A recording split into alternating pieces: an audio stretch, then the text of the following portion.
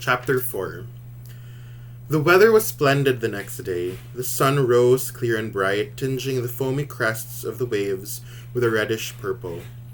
Preparations for the betrothal feast had been made in a large room on the second floor of La Reserve, with whose arbor we are already acquainted. The feast was scheduled to begin at noon, but by 11 o'clock the tavern was filled with impatient guests. They were the favored sailors of the Pharaon and several soldiers, friends of Dantes. It was rumored that Monsieur Morel himself was coming to the feast, but this was such a great honor for Dantes that hardly anyone dared believe it. When the ship owner actually did arrive, he was greeted by hearty cheers from the sailors of the Pharaon. His presence was taken as confirmation of the report that Dantes was to be their captain, and since he was well liked by the crew, they were thankful that for once the ship owner's choice was in harmony with their own desires. Danglars and Caderousse were sent out to notify Dantes of Monsieur Morel's arrival and tell him to hurry, but they had taken scarcely 100 steps when they saw the small bridal party approaching. Edmond and Mercedes were accompanied by 4 bridesmaids and Edmond's father. Behind them walked Fernand wearing an evil smile, but Edmond and Mercedes did not notice this. They were so happy that they saw nothing but themselves and the beautiful blue sky which seemed to be blessing them. Okay, so it's the day of the wedding. They're so happy. The only Monsieur Morel made it official that Dantes is going to be the next captain, and it's a joyful day. The only odd thing we see here is the smile of Fernand. No, he has an evil smile. Kono. As soon as they were within sight of La Reserve, Monsieur Morel went downstairs and came out to meet them, followed by the other guests. Then they all climbed back up the wooden staircase, which creaked for 5 minutes under their heavy footsteps. The hors d'oeuvres were served as soon as they sat down. "What a silent party!" exclaimed Edmond's father as he inhaled the fragrance of a glass of yellow wine which had just been placed before Mercedes. "It certainly doesn't sound as though there were 30 light-hearted people here." "Husbands aren't always light-hearted," remarked Caderousse. "The fact is," said Dantes, "that right now I'm too happy to be gay. If that's what you mean, you're right. Joy sometimes has a strange effect. It can oppress us almost as much as sorrow." "You're not worried about anything, are you?" said Danglars. "It seems to me everything's going perfectly for you." "That's exactly what worries me," replied Dantes. "I don't think man was meant to attain happiness so easily. Happiness is like those palaces in fairy tales whose gates are guarded by dragons. We must fight in order to conquer it. I don't know what I've done to deserve the good fortune of being Mercedes's husband." "Husband!" exclaimed Caderousse, laughing. "Not yet, Captain. Just try to act like her husband now and see how you're received." Mercedes blushed. Fernand twisted in his chair and wiped away the large beads of sweat which gathered on his forehead like the first raindrops of a storm. Just then, confused sounds were heard on the staircase. Okay, so Dante said, like, I don't know, something feels off. It's like, it's too easy. Like, for me to get this happiness this easily, it doesn't feel right, okay? But then Danglars, Caderousse, and Fernando are like, no, just enjoy it, just enjoy it. Just then, confused sounds were heard on the staircase. Heavy footsteps, a hubbub of voices, and the clanking of swords rose above the sounds of merrymaking within the tavern. Everyone became silent. There were 3 loud knocks on the door. "Open in the name of the law," cried a resounding voice. No one answered. The door opened, and a police commissary entered, followed by 4 armed soldiers led by a corporal. "What's the matter?" asked Monsieur Morel, stepping up to the commissary, whom he knew. "There must be some mistake." "If there's a mistake, Monsieur Morel," replied the commissary, "it will soon be corrected. In the meantime, I have a warrant for arrest, and I must do my duty." "Which one of you gentlemen is Edmond Dantes?" Okay, so police came into the wedding area, and they're looking for Dantes. All eyes turned to the young man, who, strongly agitated but nevertheless maintaining his dignity, stepped forward and said, "I'm Edmond Dantes, sir. What do you want with me?" "Edmond Dantes, you are under arrest." Under arrest, cried Dantes, turning pale. But why? I don't know, but you'll be told the reason at your first examination. Monsieur Morel realized that further discussion was useless. A commissary with a warrant for arrest is no longer a man, but a statue of the law, cold, deaf, and mute. Dantes's father, however, rushed towards the commissary. There are some things which the heart of a father or a mother will never understand. He begged and supplicated. Tears and prayers accomplished nothing, but his despair was so great that the commissary was touched by it. Calm yourself, sir, he said. Your son may only have neglected some customs formality, and it's quite possible he'll be released as soon as he's given the information desired. Meanwhile, Dantes had shaken hands with his friends and told them, Don't worry, the mistake will soon be cleared up, probably even before I reach the prison. He walked down the stairs, preceded by the commissary and surrounded by the soldiers. A carriage was waiting for him at the door. He climbed into it. The commissary and 2 soldiers climbed in after him. The door closed, and the carriage set out for Marseille. Okay, so Dantes is arrested on his wedding day. Before he can get married, he gets arrested. But then he's very calm. He's like, don't worry, I didn't do anything wrong. This is just a little problem. It will all be cleared up. Alright? He's still very hopeful. Chapter 5. In one of the houses of aristocratic architecture on the Rue du Grand Coeur, another betrothal feast was being celebrated on the same day and at the same hour. But instead of humble workers, sailors, and soldiers, the guests of this feast were members of the highest stratum of Marseille society.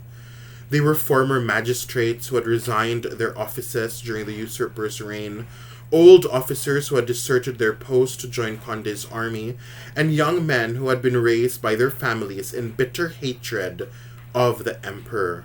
Napoleon, who was then king of the Isle of Elba, ruling over a population of 5,000 or 6,000, after having heard shouts of "Long live Napoleon" from 120 million subjects in 10 different languages, was regarded by these people as a man whose downfall was complete and final.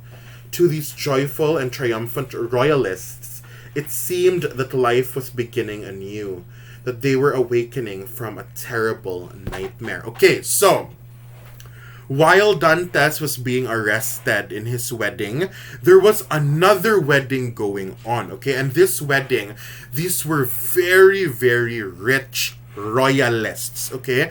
Now, a royalist, guys, are those who support the royalty of France. They support the king and queen of France, okay? Now, the enemy of the royalty good was Napoleon. Napoleon, he wasn't a king, he was an emperor, okay? And Napoleon was kind of like a rebel, a revolutionary, okay?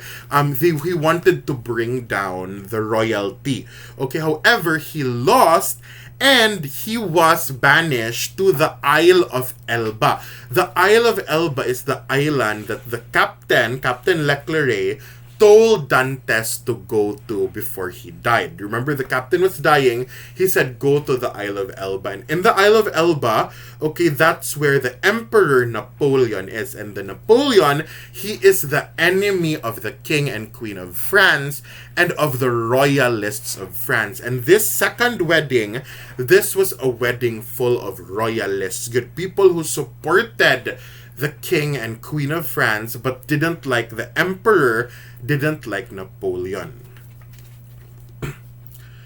The Marquis of Saint-Méran, an old man wearing the cross of Saint Louis, stood up and proposed a toast to King Louis XVIII. The response was enthusiastic. Glasses were raised instantly, and the ladies took off their bouquets and strewed the table with flowers. Ah, said the Marquis of Saint-Méran, a woman with forbidding eyes, thin lips, and an aristocratic and elegant figure despite her 50 years. If all those revolutionists who persecuted us during the Terror were here now, they would have to agree that ours was the true devotion. For we remained faithful to a crumbling monarchy, while they attached themselves to the rising sun and made their fortunes while we were losing everything we owned. They would have to admit that our king was truly Louis the Beloved, while their usurper was never anything except Napoleon the Cursed. Isn't that right, Monsieur de Villefort? Excuse me, madam, I wasn't following the conversation. Leave the young people alone, said the Marquis. They're going to be married soon, and they naturally have other things than politics to talk about. Forgive me, mother, said a lovely young girl with blonde hair and soft eyes. I was monopolizing Monsieur de Villefort's attention. You're forgiven, Renee, said the Marquis with a tender smile, which was surprising to see on such a stern countenance. I was saying, Monsieur de Villefort, that the Bonapartists had neither our conviction, our enthusiasm, nor our devotion. Yes, madame, but they have something which replaces all that. Fanaticism. Napoleon is the Mohammed of the West for all those vulgar but highly ambitious people. For them, he's not only a legislator and a master, he's a symbol, the personification of equality. Robespierre represented a lowering equality. He brought kings to the guillotine, while Napoleon represented an elevating equality. He raised the people to the level of the throne. Okay, so this wedding is for Monsieur de Villefort and Renee. Renee is the daughter of the Marquis of Saint-Méran. The Marquis of Saint-Méran is a royalist, good guys, okay? They are royalists. They support the king and queen. They hate Napoleon. They call Napoleon good a rebel. They call him cursed, okay? Because he tried to bring down the monarchy. Alright, he tried to kind of bring in another form of government that made the people more equal, no, to each other, as opposed to there being the monarchy and the royalists and the rich and the poor. Napoleon wanted to make things more equal. He wanted to bring more equality, and obviously the royalists didn't like that. They didn't want to lose their high status, their money. They wanted things to stay the same. So when Napoleon lost and was banished to the Isle of Elba, they were very, very happy about it. Okay, and so Renee is the daughter of these royalists. She is marrying Monsieur de Villefort. I suppose you know, Monsieur de Villefort, said the Marquis, that what you're saying has a strong odor of revolution about it. But I forgive you. One can't expect the son of a Girondin to be entirely free from a spice of the old leaven, okay? A Girondin is a supporter of Napoleon. Monsieur de Villefort is the son of a Napoleon supporter. So in this wedding, we have the daughter of royalists marrying the son of a supporter of Napoleon. So they come from different sides of the political fight. Villefort flushed crimson. It's true that my father was a Girondin, madame, he said, but I've separated myself not only from his opinions, but even from his name.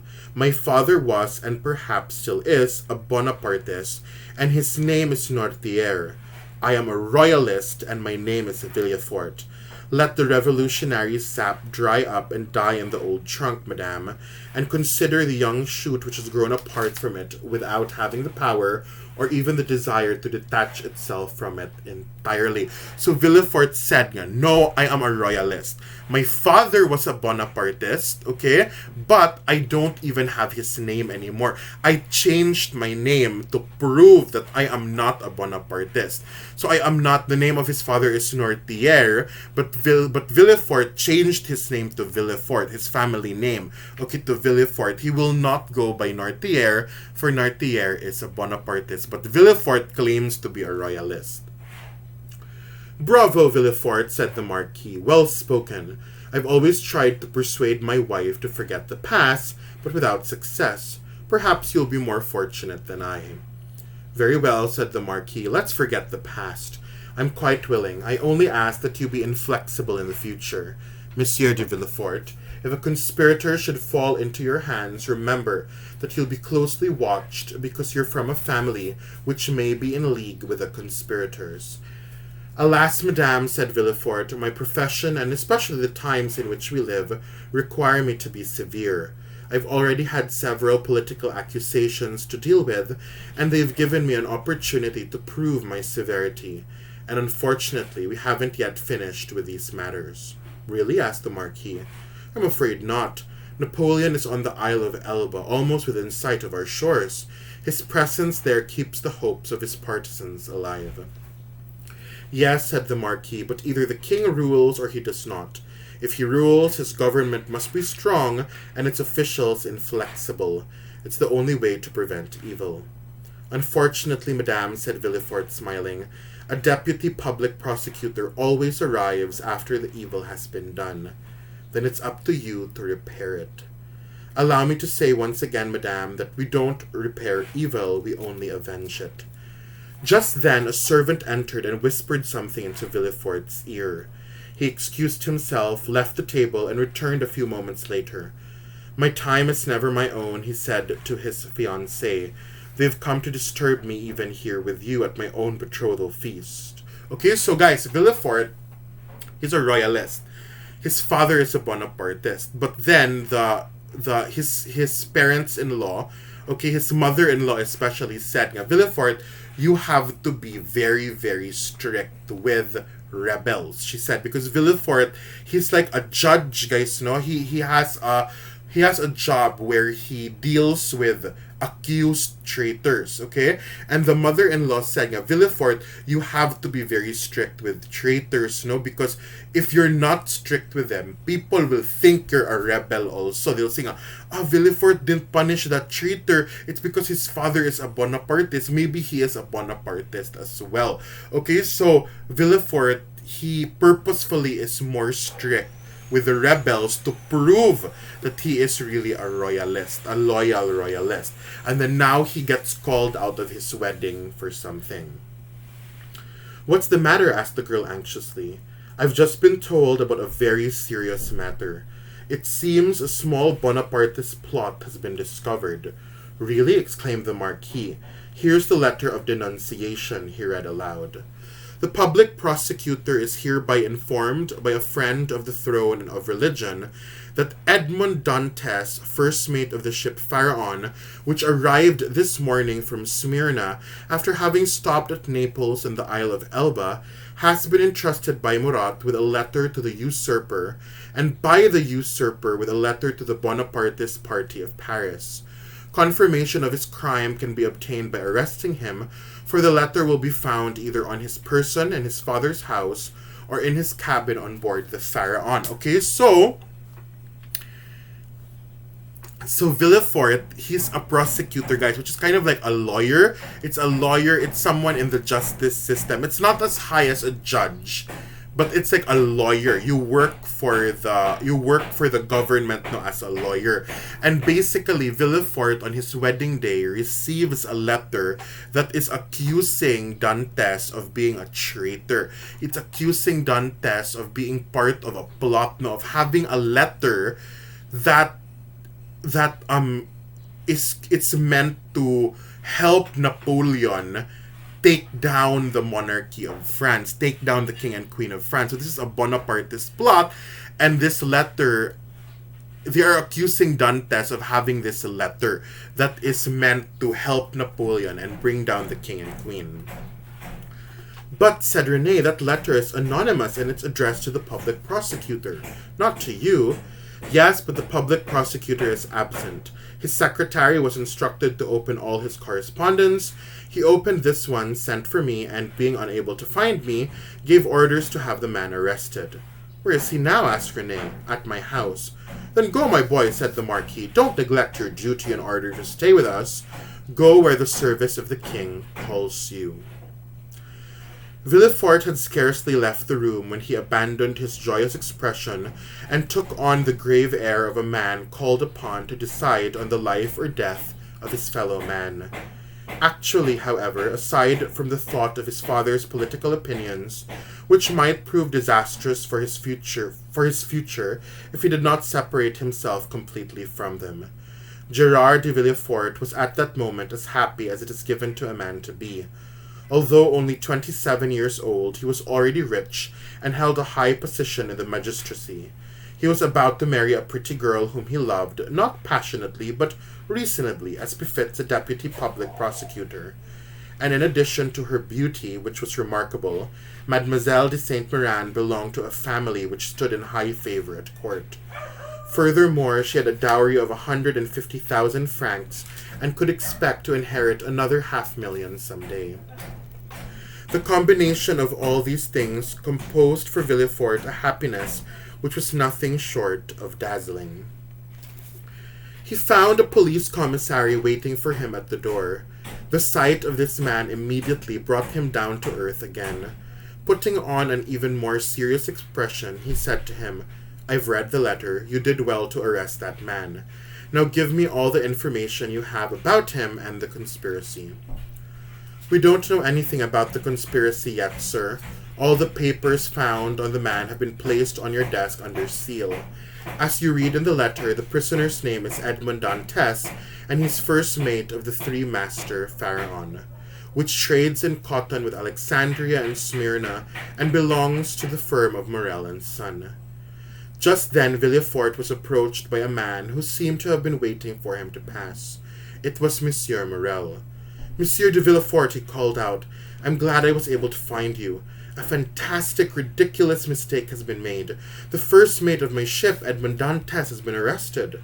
"I know that, sir," replied Villefort. "I'm on my way to question him." "Oh," cried Morel, carried away by his friendship for the young man. "You don't know him. He's the gentlest, most trustworthy man in the world." Villefort, as we have seen, belonged to the aristocratic segment of the city, and Morel to the plebeian. The first was a zealous royalist, while the second was suspected of having hidden Bonapartist leanings. Villefort looked disdainfully at Morel and replied coldly, "You may be sure, sir, that you have not appealed to me in vain if the accused is innocent. But we live in a difficult time, sir, and if he is guilty, I shall be forced to do my duty."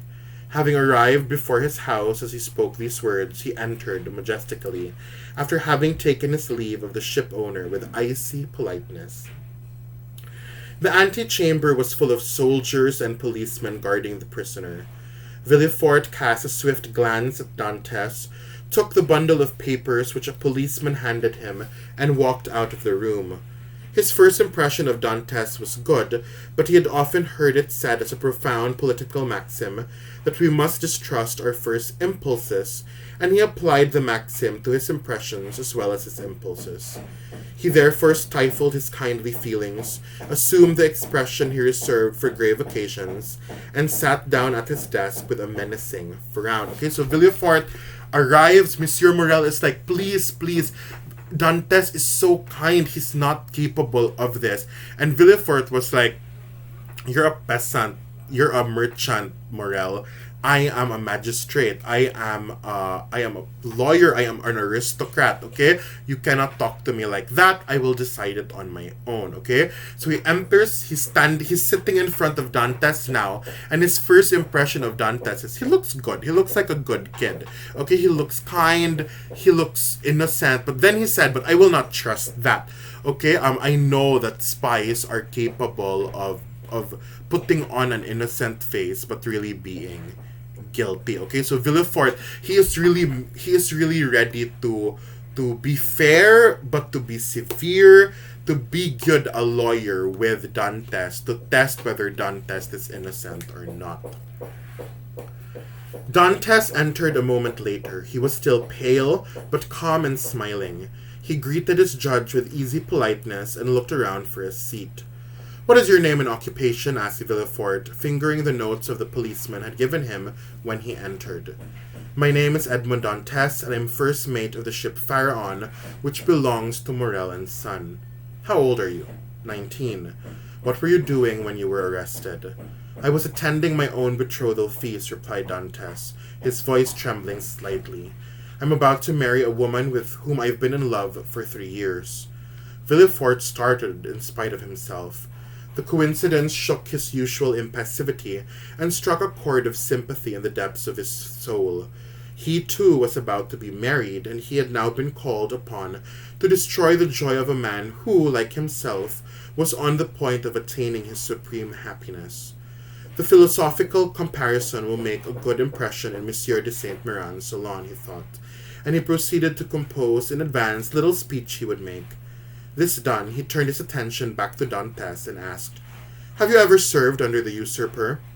"I was about to be drafted into the navy when he fell from power."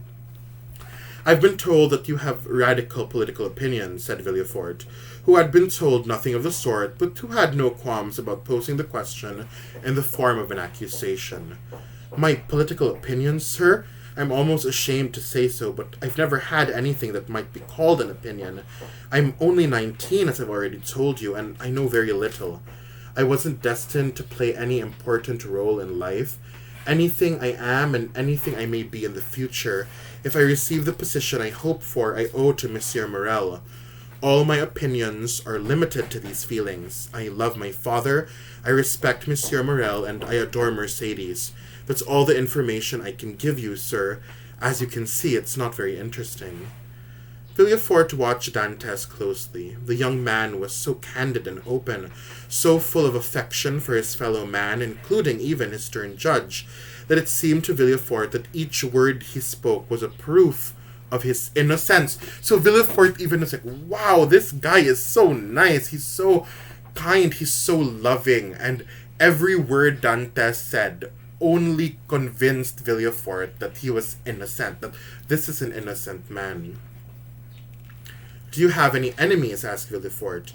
Enemies? No, I'm not important enough to have made any. As for my character, I may be a little too quick-tempered, but I've always tried to control myself with my subordinates. I have 12 sailors under my orders. Question them, sir, and they'll all tell you they love and respect me. Right away, we see this guy. So remember this. What Dantes said good, what his flaw is, a flaw that he sees in himself, is anger. He has a tendency to get angry, but he tries to control it. But remember this, because this story, good guys, is one about character. It's about character development, and especially since the last quarter, we really talked about character, no? That was the main point of last quarter. You grade 8, are now really qualified to analyze a piece of literature about character, okay? You can already identify whether someone is a flat character, a round character, a dynamic character, a static character. And this book, it is one about character development, good, about how Dantes changes or stays the same. If you've made no enemies, you may at least have aroused some jealousy. After all, you're about to become a captain at the age of 19, and you're about to marry a beautiful woman who loves you, which is a rare stroke of good luck on this earth. Either of these two things may have made certain people envious of you. Yes, you may be right. I'm sure you know human nature better than I do, but if these envious people are among my friends, I'd rather not know who they are, because then I'd be forced to hate them. You're wrong to think that way. We must always try to see things around us as clearly as possible. And you seem to be such a worthy young man that I'm going to help you throw some light on your situation by showing you the written denunciation which has brought you before me. Here it is. Do you recognize the handwriting? Dantes read the letter. A dark cloud passed over his face, and he said, No, sir, I don't recognize this handwriting. It's disguised, but it's quite plain. I'm lucky, he added, giving Villefort a look of gratitude, to be dealing with a man like you, because this is the work of a real enemy. The way the young man's eyes flashed as he spoke these words revealed to Villefort all the violent energy that was hidden under the gentleness which had impressed him so deeply at first. Now, said Villefort, answer me frankly, not as a prisoner before a judge, but as a man in a false position speaking to another man who has his interests at heart. What truth is there in this anonymous accusation? He dropped the letter on his desk with an expression of disgust. I'll tell you the whole truth, sir, and I swear it to it on my honor as a sailor, by my love for Mercedes, and by my father's life. After we left Naples, Captain Leclerc fell ill with brain fever. Feeling that he was about to die, he called me to him and said, My dear Dantes, swear to me on your honor that you will do what I am about to ask you. It's a matter of great importance. I swear it, Captain, I said. After my death, he said, you'll take command of the ship, since you're first mate. Head for the Isle of Elba, go ashore at Porto Ferreo, ask for the marshal, and give him this letter. You may be given another letter or entrusted with a mission. That mission was to have been for me, but you'll carry it out in my place and all the honor will be yours. I'll do it, Captain, I said, but it may not be as easy to see the Marshal as you think. Here's a ring which will remove all obstacles, he said, and he gave me a ring. 2 hours later he became delirious. The next day he was dead. Then what did you do? What anyone else would have done in my place, sir. The request of a dying man is always sacred, but for a sailor, the request of a superior officer is an order which must be carried out. I arrived at the Isle of Elba the next day and went ashore alone. As I had predicted, I had some difficulty in seeing the Marshal at first, but I sent him the ring and all doors were opened to me. The Marshal gave me a letter addressed to Paris and asked me to deliver it in person. I promised him I would do so, for it was in accordance with the last wishes of my captain. I landed at Marseille, quickly took care of all the formalities on board, then went to see my fiancée, whom I found more beautiful and loving than ever. Finally, sir, I was attending my own betrothal feast. I was going to be married the same day, and I intended to leave for Paris tomorrow. When I was arrested on the basis of this denunciation, which you now seem to despise as much as I do. Okay? So, Edmond Dantes gives the whole story where Captain Leclerc gave him a package, gave him a letter, told him to go to the Isle of Elba, and Dantes said, I had to obey it because he was dying and he was my captain. It was both sacred and it was by law. By law, good na guys, if you're a sailor and your captain gives you a command, you have to do it no matter what. Okay, that's by law. And then, furthermore, he was dying pa good, so it's sacred. It's a personal sacred thing that you have to do the wishes of a dying man. So Dantes said, good, I just did what I was told to do. I went to the Isle of Elba, I gave the package and the letter. They gave me another letter and told me to deliver it to Paris. That's what Dantes said, okay? You seem to be telling the truth, said Villefort. If you're guilty, it's only through imprudence, and even your imprudence is justified by your captain's orders.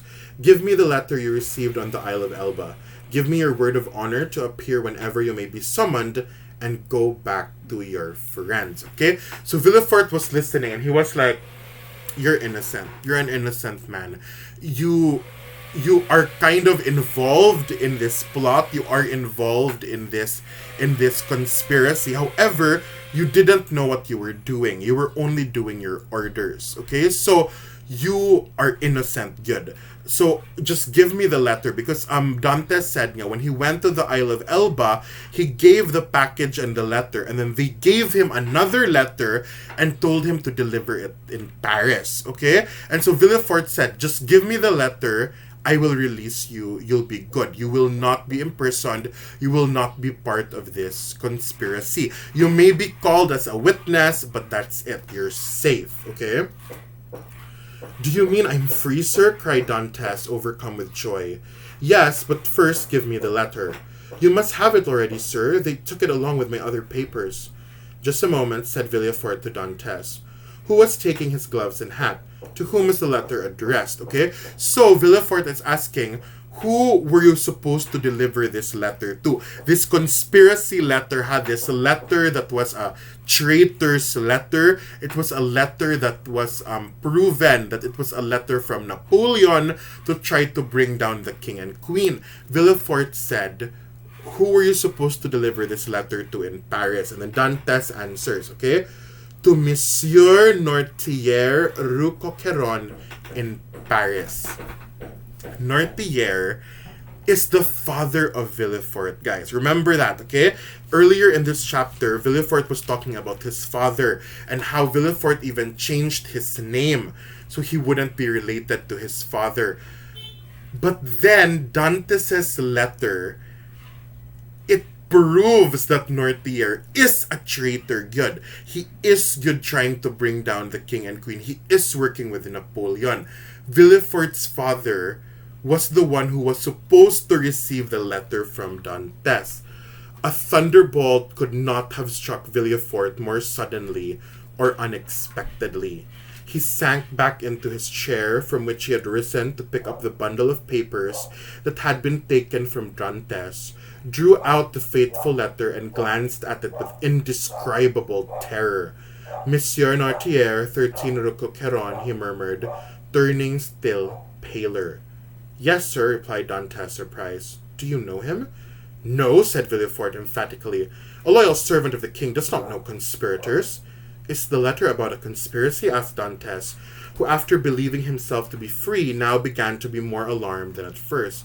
In any case, sir, as I've already told you, I know nothing about the contents of the letter. Yes, murmured Villefort, but you know the name of the man to whom it's addressed. I had to know that in order to deliver it, sir. Have you shown this to anyone else? Asked Villefort, reading the letter. To no one, sir, I swear it. No one else knows that you were to deliver a letter from the Isle of Elba to Monsieur Nortier. No one except the man who gave it to me, sir. This is too much, muttered Villefort as he read the letter. His tightly compressed lips, his trembling hands, and his flashing eyes awakened painful apprehensions in Dantes. If he knows what's in this letter, thought Villefort, and if he ever learns that Nortier is Villefort's father, I'm ruined forever. Okay, so Villefort said, if this comes out, if it gets revealed that Nortier is a traitor good, Villefort is ruined, guys, okay? Because right now, all there are is, like Nortier used to be a Bonapartist, he might still be a Bonapartist, so Villefort can still be successful. He just distanced himself from his father, he changed his last name. Villefort is doing fine. He's about to marry a royalist. He's about to get very rich, okay, and prestigious because of this marriage. But this will destroy him. The fact that there is proof that Nortier, his father, is a traitor, will destroy Villefort. And Villefort is like, only you know about this. Only you know about this letter. Only you know that the name of who you were going to deliver it to. And Dantes is like, yes, only I know. And I didn't tell anyone, good sir. And so Villefort is like, okay. It's so drama. He made a violent effort to control himself, then said to Dantes as calmly as possible, I see now that there are very serious charges against you. I no longer have the power, as I thought at first, to set you free immediately. You know how I've tried to help you, but I must continue to uphold you prisoner for a while, as short a time as possible. The main evidence against you is this letter, and as you see, he stepped over to the fireplace, threw the letter into the flames, and stood watching it until it had been reduced to ashes. As you can see, he continued, I've destroyed it. Oh, cried Dantes, you're more than just, sir. You're kindness itself. So Villefort said, okay, I can't free you right now, but I will free you later. But I need to imprison you for a while because it's very serious. But don't worry, I will find a way to get you out. And then Villefort burns the letter. He destroys the proof, the evidence that his father I had to lock the door because I'm scared someone will come in because I just heard someone call for lunch and I don't want to have to edit and cut this video anymore. Okay, but we're almost done with this chapter, okay? So he burns the evidence, he burns the letter, he burns the thing that proves that his father is a traitor, and it's clear he's up to something, guys, because only Dantes knows the name of the one who was supposed to receive this traitorous letter. I think you now realize that you can have confidence in me, so listen to my advice. I'll keep you here until tonight. Someone else may come to question you. If so, tell him about everything you've told me except the letter. Not one word about that. I promise, sir, said Dantes. If anyone asks you about it, deny it. Deny it firmly and you'll be saved. I'll deny it, sir, don't worry. Good, said Villefort. He pulled a bell cord and a moment later the police commissary entered. Follow this gentleman, said Villefort to Dantes. The latter bowed, gave him one last look of gratitude, and went out. So Villefort is saying, Dantes, just go to prison for a while. Don't tell anyone. Deny everything. I will help you. And then he burns the letter. And you're like, do you trust him? I don't. As soon as the door had closed behind him, Villefort's strength failed him, and he sank into his chair half fainting. If the public prosecutor had been in Marseille, he'd have seen the letter, and I'd have been lost. Oh, Father, will you always be an obstacle to my happiness? Must I struggle eternally against your past? Then suddenly an unexpected light seemed to dawn in his mind.